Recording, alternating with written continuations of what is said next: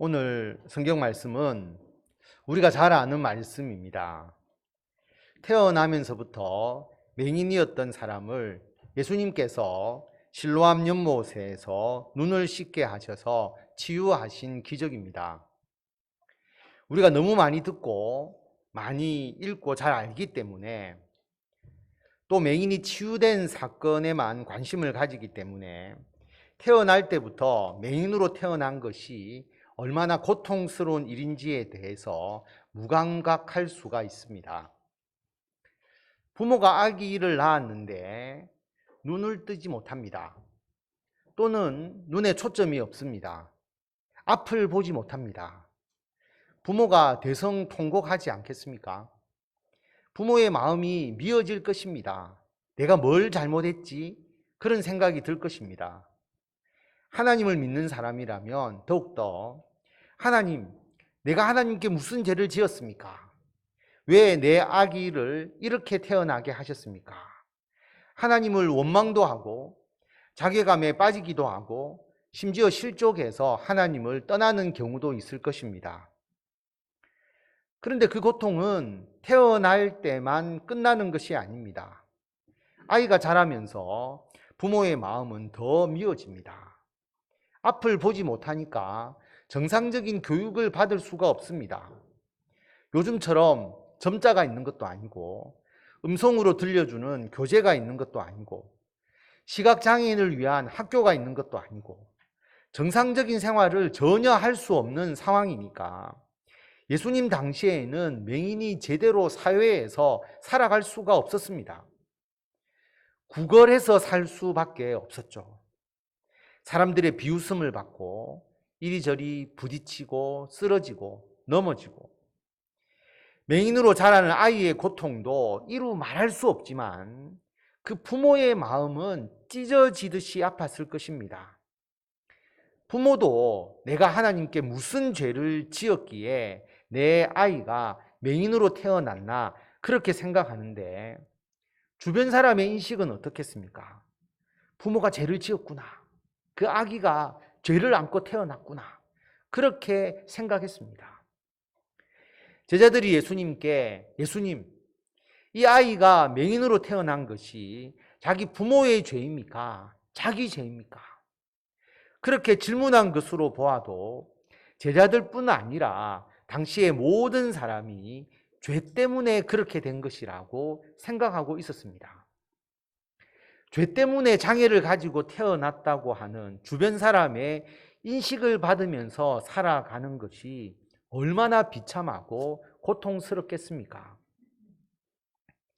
꼭 시각장애인이 아니더라도 몸에 장애를 가지고 태어나는 것, 지적장애, 청각장애, 지체장애, 그리고 육체적으로 심각한 장애가 아니라 할지라도 우리 몸에 뭔가 부족하고 연약한 것을 가지고 태어나는 경우가 있습니다. 소화기능에 이상이 있다든지 심장이 약하다든지 평발이라서 오래 못 걷는다든지 체력이 심하게 약하다든지 시력이 좋지 못하다든지 아니면 아픈 것은 아닌데 다른 사람보다 잘 하지 못하는 것, IQ가 좀 낮다든지 달리기를 못한다든지 노래를 못하는 음치라든지 태어날 때부터 유전적으로 체질적으로 가지고 태어난 것은 모두 해당됩니다. 성도 여러분, 우리가 유전적으로 체질적으로 몸이 아프거나 질병이나 장애가 있어서 무엇이 부족하고 연약한 상태로 잘 하지 못하도록 태어난 것이 죄 때문입니까? 예수님은 부모의 죄 때문도 그 사람의 죄 때문도 아니라고 분명히 말씀하셨습니다. 성도 여러분, 그 누구의 죄 때문이 아닙니다. 다시 한번 말합니다. 그 누구의 잘못도 아닙니다. 목사님, 그럼 하나님 잘못 아닌가요? 하나님께서 우리를 만들어서 세상에 보내실 때에 잠깐 깜빡 조신 것 아닌가요? 창조를 하시다가 오류를 내신 것 아닌가요? 아닙니다. 원숭이는 나무에서 떨어질 수 있지만 하나님은 결코 실수하시는 분이 아닙니다.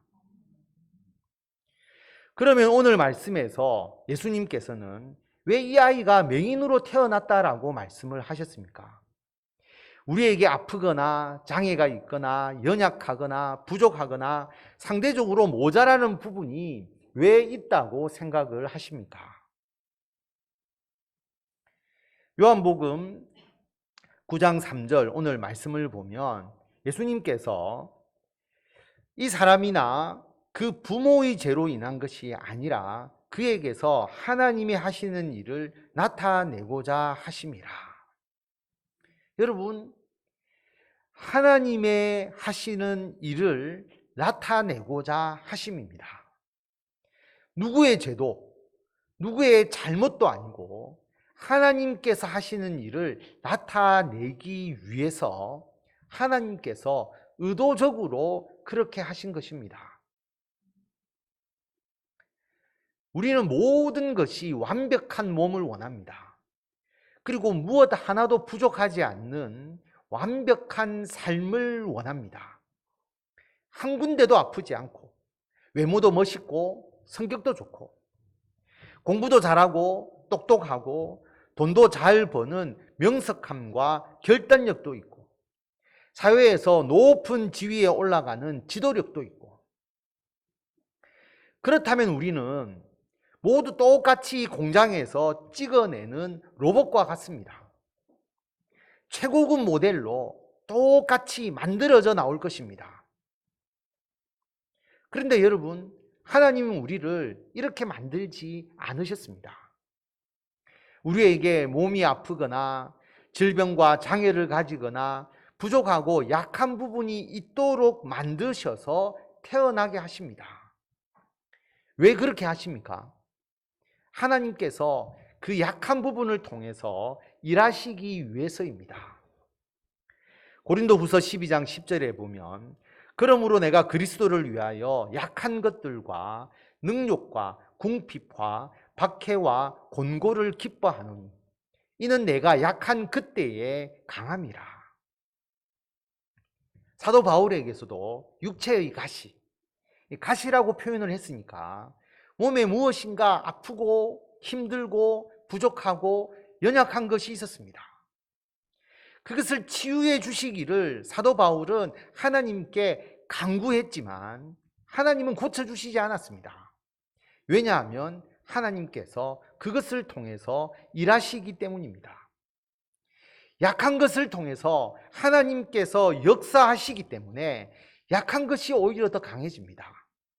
약한 것이 하나님의 능력으로 더 강하게 됩니다. 약한 것이 강하게 되니까 하나님의 놀라운 도구가 됩니다. 성도 여러분, 우리 모두는 부족한 것을 가지고 있습니다.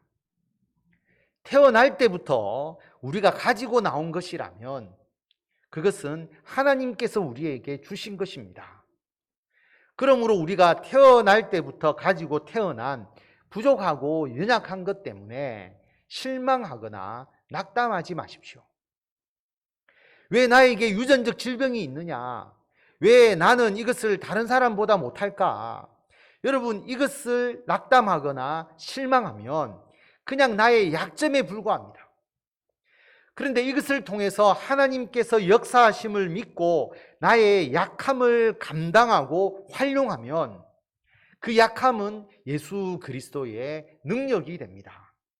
하나님께서 하시는 일을 위한 놀라운 도구가 됩니다.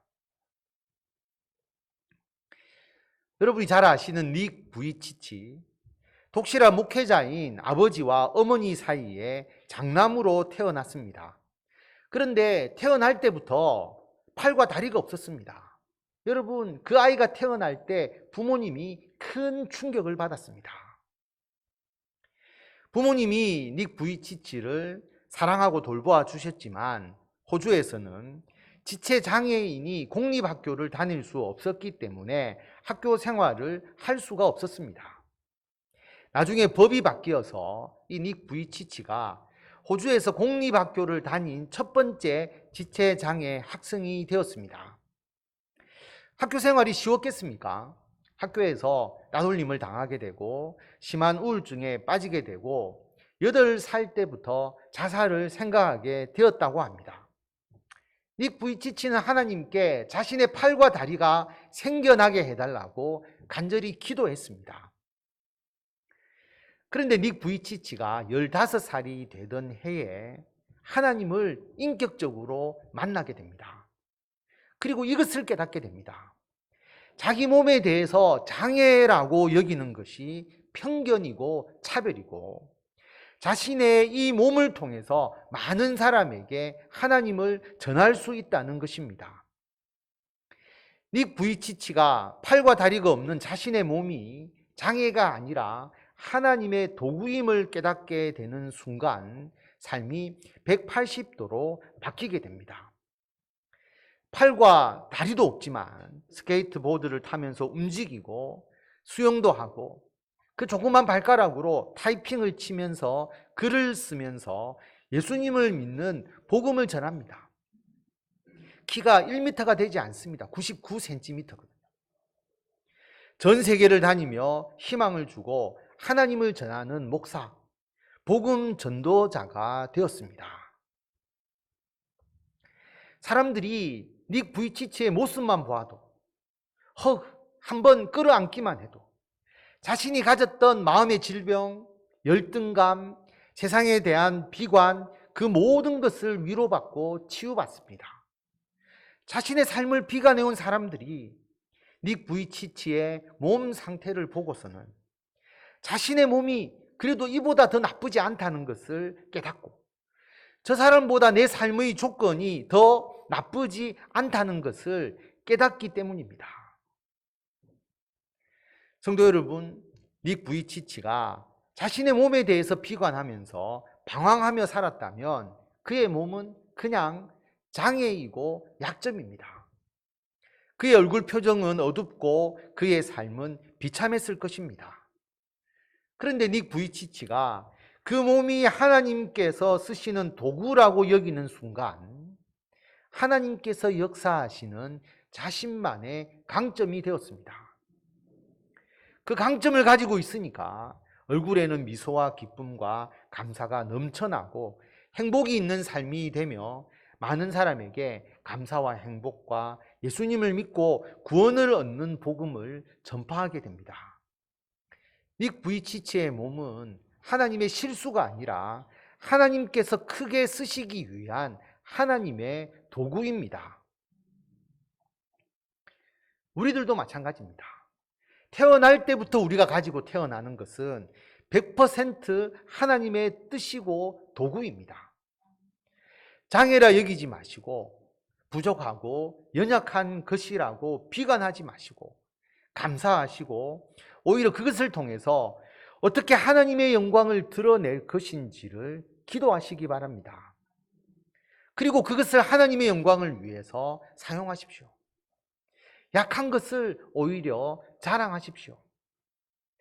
고린도후서 11장 30절에 보면 사도 바울이 내가 부득불 자랑할진대 내가 약한 것을 자랑하리라.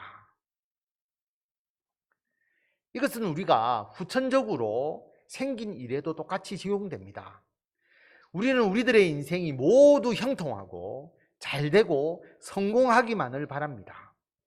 성공한 것은 하나님께서 나에게 주신 은총이라고 감사를 하지만 실패하고 잘 안 된 것은 하나님께서 벌을 내리신 것이라고 생각하기가 쉽습니다. 오늘 본문 말씀에 시각장애인이 만약 정상적으로 태어났다가 자라면서 실명했다면 어떻게 생각했을까요?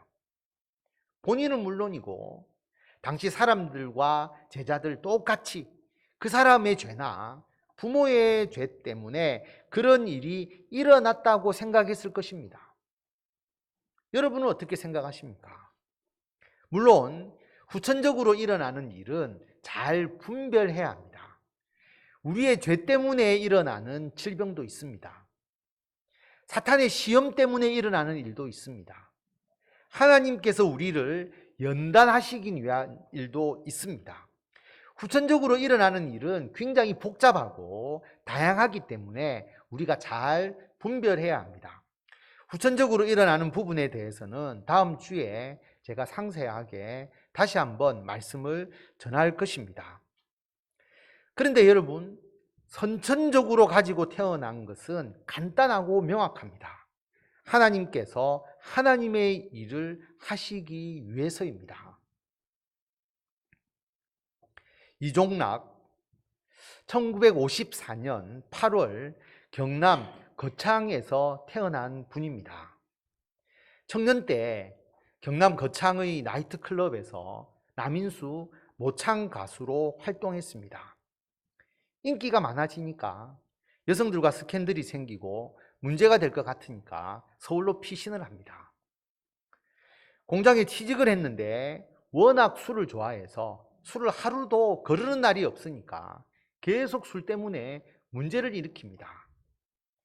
가정이 생기면 좀 정신을 차리겠지. 자기 누나가 그렇게 생각을 하고 누나가 여자를 소개시켜주고 그 사람과 결혼을 하게 됩니다. 그래서 1980년에 결혼을 하게 되죠. 첫째 딸이 태어난 후에도 직장에서 술에 취해서 계속 사고를 칩니다. 술 때문에 회사에서 쫓겨나고 또 취직하면 또 술 때문에 싸우고 문제를 일으켜서 또 쫓겨나고 생활이 어려울 수밖에 없었고 아내가 근심, 걱정에 빠져서 살아갈 수밖에 없었습니다. 그런데 어느 날 직장에서 후배와 싸우다가 또 사장실에 불려가게 된 거죠. 이제 또 해고되었구나. 이제 또 어떻게 살아갈까? 사장 앞에서 무릎이 꿇고 눈물로서 제발 용서해 달라고 호소라도 하려고 생각하고 있었는데 사장이 이렇게 말하는 겁니다. 이종락 씨는 예수님 안 믿으면 안 되겠어. 예수 안 믿으면 큰일 낼 사람이야. 사장이 더한 벌을 내려도 따를 수밖에 없는데 예수님을 믿으라고 하니까 교회 다니겠다고 바로 그 자리에서 약속을 했습니다. 그리고 아내와 함께 교회에 출석하기 시작합니다. 예배를 드리고 한 달에 한 번씩은 밤 11시부터 기도원에 올라가서 기도하기를 시작합니다. 여러분, 깊은 기도의 은혜를 체험하기 시작했습니다. 기도 열심히 하고 기도 응답도 많이 받고 신앙생활도 잘하고 있을 때에 기도의 응답으로 둘째 아들이 태어납니다. 첫째는 딸이고 둘째는 아들이 태어난 거죠. 1987년 7월 병원에서 둘째 은만이가 태어났는데 그런데 태어날 때 큰 혹이 얼굴에 달려 있었습니다. 악성 종양을 가지고 태어났습니다. 큰 종양이 있는 그것도 얼굴에 있는 그 아들의 모습에 하나님, 귀한 아들을 주시려면 건강한 아이로 주시지 왜 장애 아이로 주셨습니까? 불평했습니다. 순간 하나님의 책망하는 소리를 듣습니다. 항상 기뻐하고 쉬지 말고 기도하고 범사에 감사하라고 하지 않았느냐. 그래서 병원 기둥을 붙잡고 그 자리에서 회개 기도를 했습니다. 하나님 죄송합니다. 이 아이를 주님을 섬기듯이 잘 돌보겠습니다. 주님을 섬기듯이 잘 돌보겠습니다. 악성 종양을 갖고 태어난 이 은만이는 생후 4개월 만에 바이러스가 뇌에 전이가 됩니다. 하루는 열이 41.9도까지 올랐고 그로 인해서 시력과 고막에 문제가 생겼습니다. 호흡이 끊어졌다가 심폐소생술로 그것도 15분 동안 심폐소생술을 해서 거의 기적적으로 다시 살아났는데 전신마비가 되었습니다. 중환자실에 전신마비로 누워있던 은만이는 죽음의 문턱을 간신히 넘기고 1년 만에 일반 병실로 돌아올 수 있었습니다. 그 후에 은만이는 퇴원과 입원을 반복합니다. 그때 병실에서 의료사고로 평생 누워 지내야 하는 상희라는 여자 어린아이를 만나게 됩니다. 83세인 할머니가 혼자서 그 손녀 상희를 돌보고 계셨는데 자기가 죽고 나면 그 상이를 돌볼 사람이 없는 거예요. 그래서 자기의 손녀를 맡아달라고 부탁을 하는 거예요.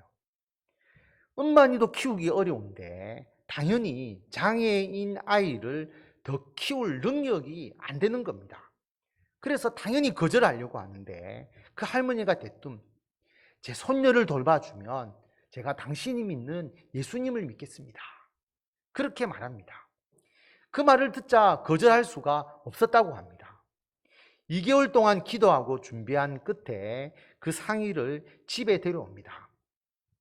이 이종락 집사님 집은 시장 구석에 있는 단칸방에 살았습니다. 그리고 그 상의 할머니는 얼마 지나지 않아서 주님의 품에 안깁니다. 그리고 그때 이 이종락 집사님은 주변 분들의 권유로 신학교에 가게 됩니다. 아내가 운영하는 분식집 수입으로 큰딸 지영이, 은만이, 그리고 상의를 돌보면서 살아야 하니까 하나님을 의지하고 살 수밖에 없지 않겠습니까? 그런데 이 상의의 몸이 기적적으로 조금씩 회복됩니다. 병원에서 정기검진을 받는데 상의의 상태를 본 의사가 깜짝 놀라는 거죠. 아니, 어떻게 하신 거예요? 병원에서는 전혀 치료하지 않았는데. 이종락 목사님은 손가락을 위로 가리키면서 저분이 하신 거죠. 그렇게 대답을 했습니다. 그런데 의사가 이런 제안을 하는 겁니다. 우리 병원에 장애가 있는 4명의 어린아이가 있는데 부모가 잠적해서 오랫동안 연락이 안 되고 방치되어 있습니다. 목사님이 그 아이를 거둬들여 주었으면 좋겠습니다. 병원에서 정기적으로 치료를 해 주겠습니다. 그래서 보름 후에 이 4명의 장애 아이를 맡게 됩니다. 여러분, 어떻게 이게 가능할까? 이해가 안 되시죠? 근데 여러분, 하나님은 목사님 부부에게 아이들을 지극히 사랑하는 마음을 주셨습니다. 누워서 지내는 아이들이지만 그 아이가 너무나 예쁘고 아이들만 보면 행복했다고 합니다.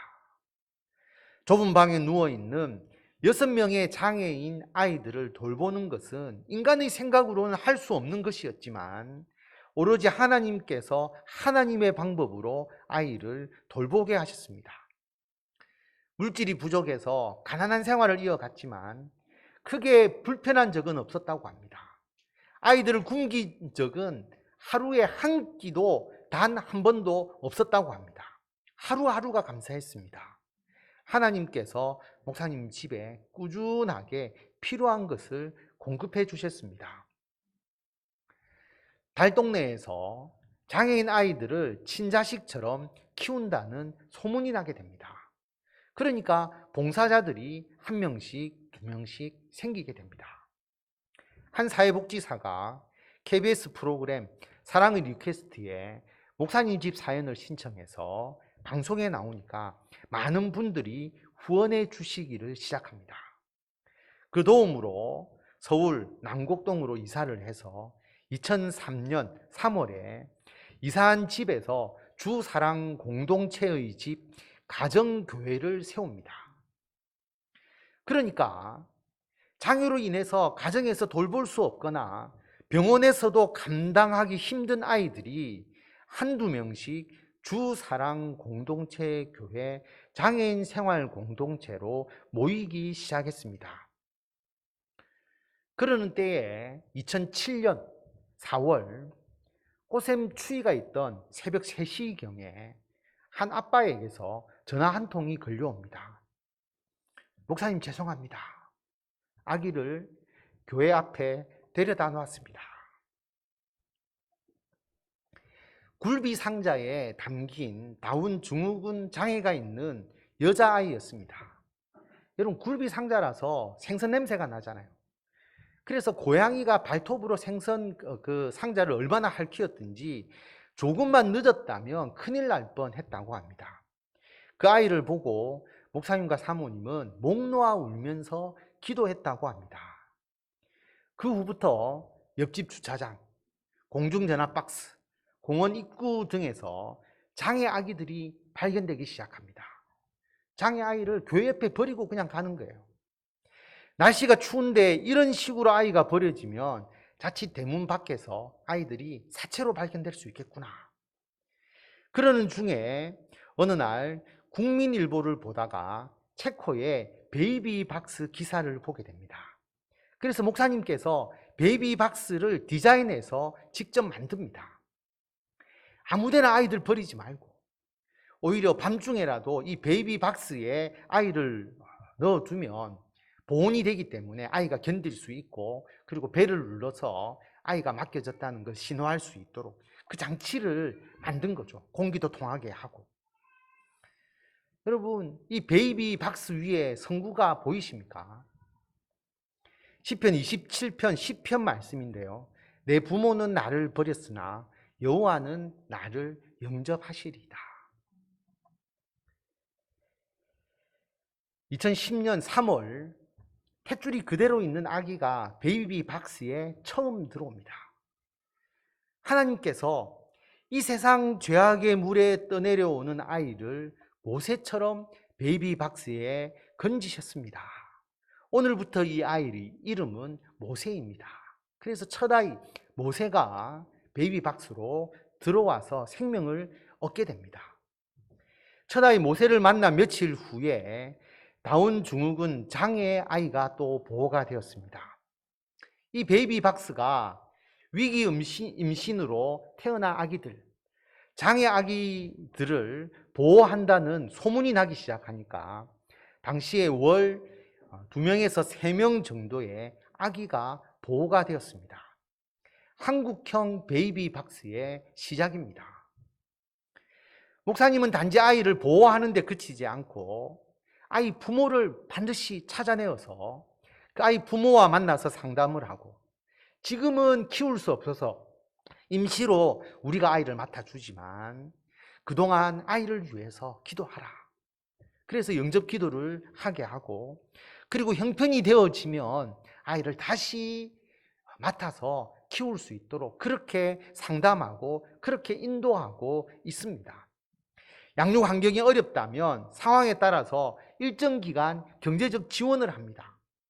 베이비 박스에 온 그 아이를 돌보아서 결국은 가정으로 돌려보내는 일, 그 사명이 목사님에게 막중한 사명이었습니다.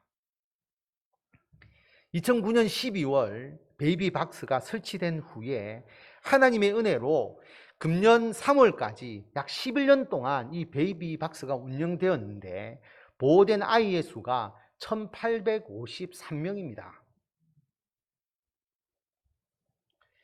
여러분, 이 사역이 어떻게 시작되었습니까? 주사랑 공동체 사역들은 목사님의 아들 은만이로부터 시작되었습니다. 이 은만이가 장애를 가지고 병원에서 너무 이 은만이를 목사님이 잘 돌보니까 그 83세 된 할머니가 우리 손녀 상희를 돌볼 사람이 없으니까 상희를 맡아주십시오. 그래서 은만이를 돌보다가 상희를 돌보면서 이 일이 시작된 겁니다. 이 아들 은만이가 33년간 전신마비로 침상에서 대부분의 시간을 보냈습니다. 아빠, 엄마라는 말조차 할 수 없었고 움직일 자유도 없었습니다. 그럼에도 불구하고 목사님 가족은 이 은만이와 30년을 행복하게 살았습니다. 32살이 되던 2019년 2월 은만이는 암 진단을 받습니다. 그리고 은만이는 천사의 미소를 지으면서 6개월 만에 2019년 8월 14일 33살의 나이로 목사님 가족에서 주님의 가족이 되었습니다. 은만이의 이 장애와 그의 삶은 그 누구의 죄 때문이 아니라 하나님께서 하신 것입니다. 불행한 것일까요? 잘못된 것일까요? 아닙니다. 은만이는 하나님의 품에서 영원한 생명을 얻었습니다. 예수님을 믿고 구원을 얻는 것이 이토록 중요합니다. 이종학 목사님은 장애를 가지고 태어난 아이를 맡아서 키우다가 어린아이가 일찍 어린 나이에 죽는 경우가 있잖아요. 그러면서 우울증을 가진 적도 있으셨습니다. 2001년도에 큰 병원의 사회복지사로부터 전화를 받습니다.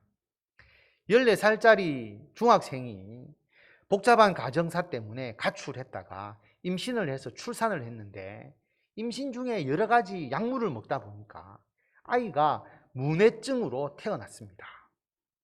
그래서 그 사회복지사의 말이 오래 살 수 있는 상황이 아니니까 세상을 떠날 때까지라도 목사님께서 돌봐주십시오라고 그렇게 사회복지사가 부탁을 해서 목사님은 축 처진 그 아이를 안고 데려왔습니다. 이름을 한나로 짓습니다. 하루 12시간 가까이를 안아서 키웠다고 합니다. 그렇게 6년간을 키웠는데 한나는 목사님 곁을 영영 떠나게 됩니다. 한나를 보내면서 목사님이 대성통곡을 하셨거든요. 많이 사랑했고 정이 너무 들어서 떠나보니까 너무 싫은 겁니다. 너무 힘든 겁니다. 그래서 이 한나를 하늘로 보내고 목사님이 우울증이 생겼습니다. 가만히 있어도 눈물이 흐르고 위로를 얻고자 기도하고 말씀을 봐도 계속 눈물이 흘렀습니다. 그렇게 2개월이 흐른 어느 날 운전을 하는데 한나가 너무 보고 싶어서 눈물이 폭포수처럼 흘러내리니까 운전을 못하고 차를 세우고 옆에 서 있는데 유리창 위로 하늘에서 빛이 비치는 거예요. 그래서 그 유리창을 통해서 하늘을 보는데 한나가 주님의 품 안에서 환하게 웃고 있는 모습을 보았습니다. 너무나 행복하고 아름답게 보이는 거예요. 그래서 하나님, 제가 너무 욕심을 냈습니다. 죄송합니다. 한나가 주님 안에서 행복하게 웃고 있는데 이제 한나를 정말 보내겠습니다. 주님 감사합니다. 그래서 우울증에서 헤어날 수가 있었습니다. 성도 여러분, 이 땅에서의 삶은 순간입니다. 영원한 하나님의 나라에서 영생을 얻기 때문에 이 땅에서의 장애는 어떤 것도 문제가 되지 않습니다. 하나님은 어떤 약한 모습, 부족한 모습을 통해서도 이 땅에서 귀하게 쓰시고 하나님의 도구로 삼으십니다. 그리고 하나님의 나라에서 영원한 생명과 풍성한 행복을 더해 주십니다. 이종학 목사님의 글입니다. 아들 은만이를 통해서 완악했던 내 마음에 긍휼함이 생기기 시작했습니다. 평생 병상에서 아픈 자녀를 간호하는 부모의 마음, 아기만은 살리겠노라고 하혈을 하면서도 달동네에 있는 베이비 박스까지 아기를 데려온 엄마의 심정은 바로 내 마음이기도 했습니다. 은만이는 어디 내놔도 사랑스러운 소중한 내 아들이었습니다. 주님께 보내고서야 내가 그것을 알았습니다. 우리가 은만이를 돌본 것이라고 생각을 했는데 은만이로 인해서 내 완악한 인격이 변했고 주님께서 원하시는 삶을 살 수 있게 되었다는 것을, 지금도 종종 사랑하는 아들 은만이가 사무치게 보고 싶습니다. 그러나 은만이를 통해서 아직 내게 남겨진 일을 다른 은만이들을 위해서라도 멈출 수가 없습니다. 은만이와 다시 만날 날을 소망하고 주님만을 의지하며 묵묵히 가고자 합니다. 성도 여러분, 우리가 천국에 가서는 어떤 장애나 고통이 없습니다. 그런데 우리가 사는 이 세상은 죄로 물들어 있기 때문에 수많은 사건과 사고와 질병과 역경과 고통을 겪게 됩니다. 그 사람을 치유하고 회복하게 하는 역사를 우리 그리스도인들 중에서 누군가는 해야 합니다. 그런데 그 일을 우리가 스스로 시작하지 않습니다. 누가 자기 의지로 그런 일을 하려고 하겠습니까? 그러므로 하나님께서 우리를 그런 하나님의 일을 하는 도구로 삼기 위해서 우리들에게 연약함을 주시기도 합니다. 그 일을 행하는 하나님의 도구가 되기 위해서 우리들에게 그러한 고통을 함께 겪게 하십니다. 왜냐하면 우리가 그것을 경험하지 않고서는 우리도 그 일을 하지 않기 때문입니다. 아니, 할 수조차 없기 때문입니다. 처음에는 내 문제니까 내 문제를 해결하려고 애썼지만 애쓰다 보니까 그 고통과 아픔을 이해하고 다른 사람을 위해서, 하나님을 위해서 살아가며 하나님의 일을 할 수가 있습니다.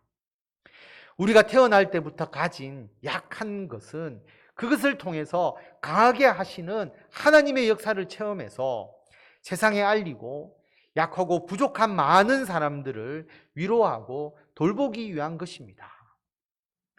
우리가 살아가면서 겪는 고통은 그것을 통해서 하나님께서 일하시고 함께 고통을 겪는 많은 사람을 위로하고 치유하고 회복하게 하셔서 예수님을 믿고 구원받고 하나님의 자녀로 살아가도록 하기 위해서입니다.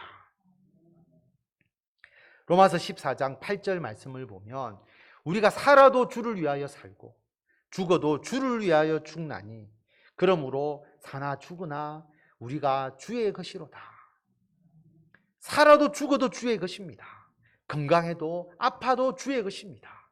연약해도 부족해도 강해도 완전해도 주의 것입니다. 선천적인 약함과 장애와 질병을 부끄러워하지 마십시오. 낙담하거나 실망하거나 절망하지도 마십시오. 부끄러워하거나 실망하면 나의 약점일 뿐입니다.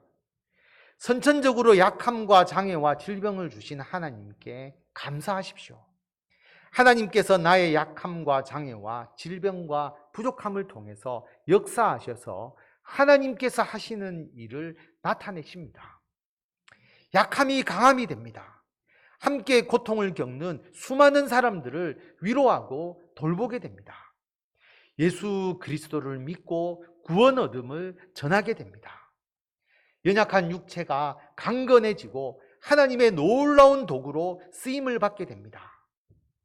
영적으로 늘 풍성한 은총과 넘치는 감사를 받아 누리는 놀라운 기적의 도구로 쓰임을 받게 됩니다. 태어날 때부터 내가 선천적으로 가진 모든 것이 하나님께서 하시는 일을 위해 쓰여지는 도구임을 믿고 하나님의 영광을 위하여 귀하게 사용하시는 성도 여러분이 되시기를 바랍니다.